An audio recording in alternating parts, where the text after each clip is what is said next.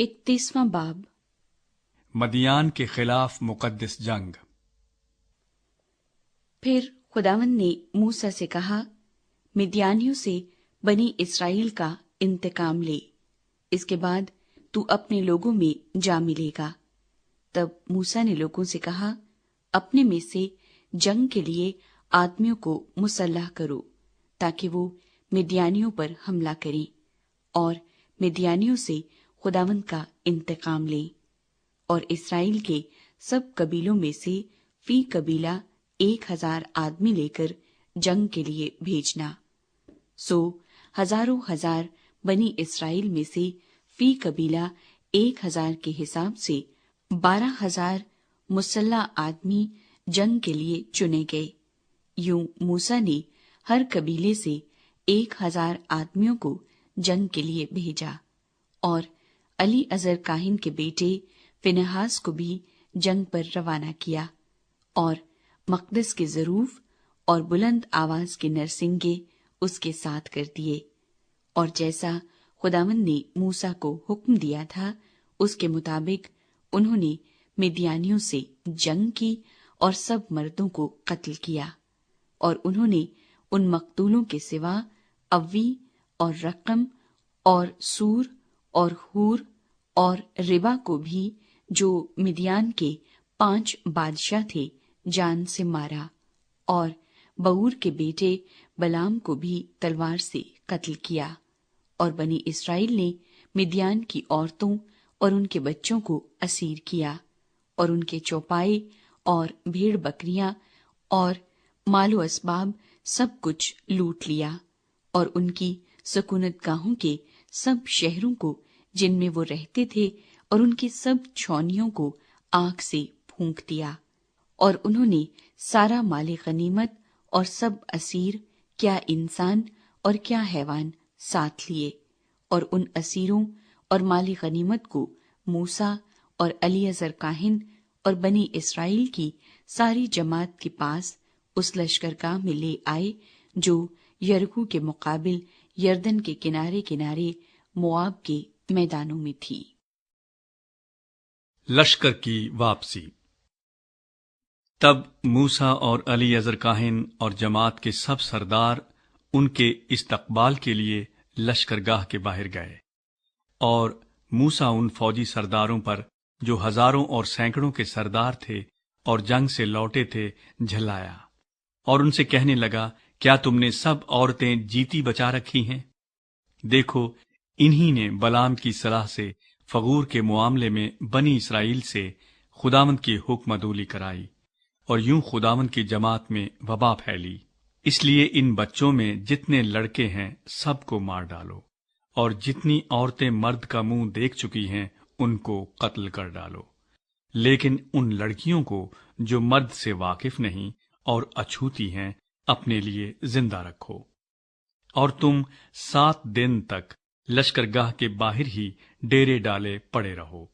اور تم میں سے جتنوں نے کسی آدمی کو جان سے مارا ہو اور جتنوں نے کسی مقتول کو چھوا ہو، وہ سب اپنے آپ کو اور اپنے قیدیوں کو 3 دن اور 7ویں دن پاک کریں۔ تم اپنے سب کپڑوں اور چمڑے کی سب چیزوں کو اور بکری کے بالوں کی بنی ہوئی چیزوں کو اور لکڑی کے سب برتنوں کو پاک کرنا۔ اور الیعزر کاہن نے ان سپاہیوں سے جو جنگ پر گئے تھے کہا کہ شریعت کا وہ آئین جس کا حکم خداوند نے موسیٰ کو دیا یہی ہے کہ سونا اور چاندی اور پیتل اور لوہا اور رانگا اور سیسا،